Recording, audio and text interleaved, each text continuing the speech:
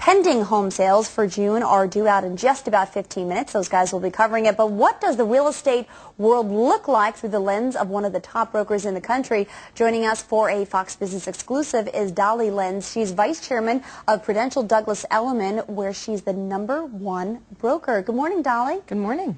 Thanks for joining us, and putting some of this in context for us, because we're hearing a lot of nervousness and fear, particularly in the New York area, the tri-state area, about rising foreclosures. What are you seeing? Well, in terms of foreclosures, we're seeing in some of the suburbs some rising foreclosures as well as in some of the boroughs. But in New York City proper, we're not seeing rising foreclosures. It's an unusual situation that someone would go into foreclosure. One of the things that we've heard a lot about here in the New York market is, #1, an increased level of inventory, but #2, a difference between the lower price points where inventory has really been, or I should say, where there's such a glut of inventory that things have been moving as much, but the real wealthy properties continue to move.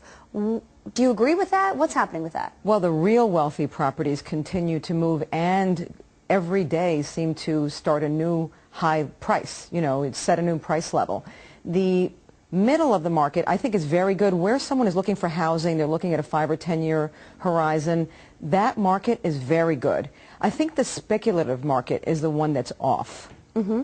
All right, so what is the speculative market in this environment, in this area? It could be anything from a studio that you bought to rent out, or the way Florida is, where everybody seems to have been in some almost Ponzi scheme where 29 people had contracts, one flip to the next, flip to the next.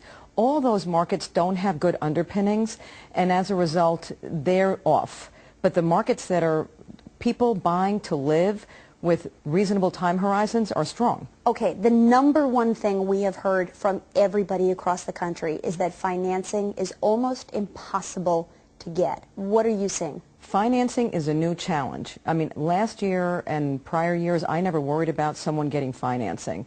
I would say 99 out of 100 people had no problem whatsoever, and that 100th person I helped. Now we're finding that financing is the question that we have to resolve by co-branding with banks, by setting up whatever we have to do to get the person, financed and closed. The other thing that we're hearing about as far as financing is concerned, which in the New York area is a big deal, is Wall Street, that 1/3 of our tax revenues come from Wall Street. It's had a big benefit. It's been a big beneficiary for, of course, the real estate environment, but because so many people on Wall Street get the vast majority of their income in one paycheck, that all of a sudden the banks are now reassessing, because they're saying, hey, wait a second, that's not a guarantee that you're going to get that same paycheck next year.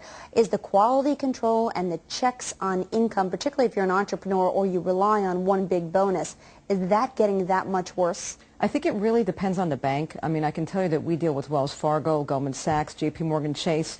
All of them really understand the Wall Street market, and all of them are reviewing exactly how to say, well, if your income for 2 years was this, what can we project for the 3rd year?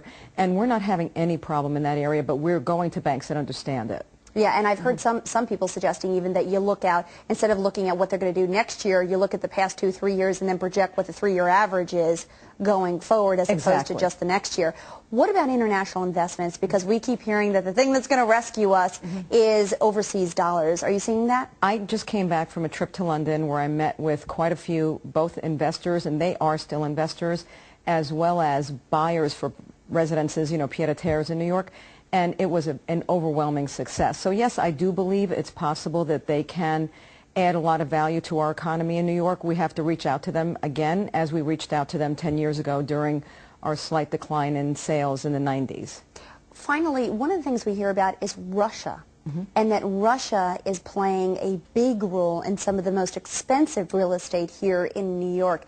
Do you expect to see that, or expect to see it from places like Brazil, which have had a strong economy? Some of those emerging markets that have done very, very well. We've seen quite a few Brazilians, interestingly, lately.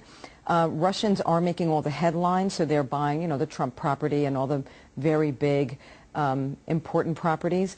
Not in co-ops, obviously, but in condominiums or houses. And yes, I think we'll continue to see the Russians. I think they love America. It's about branding. They love Cartier. They love Gucci. They love America.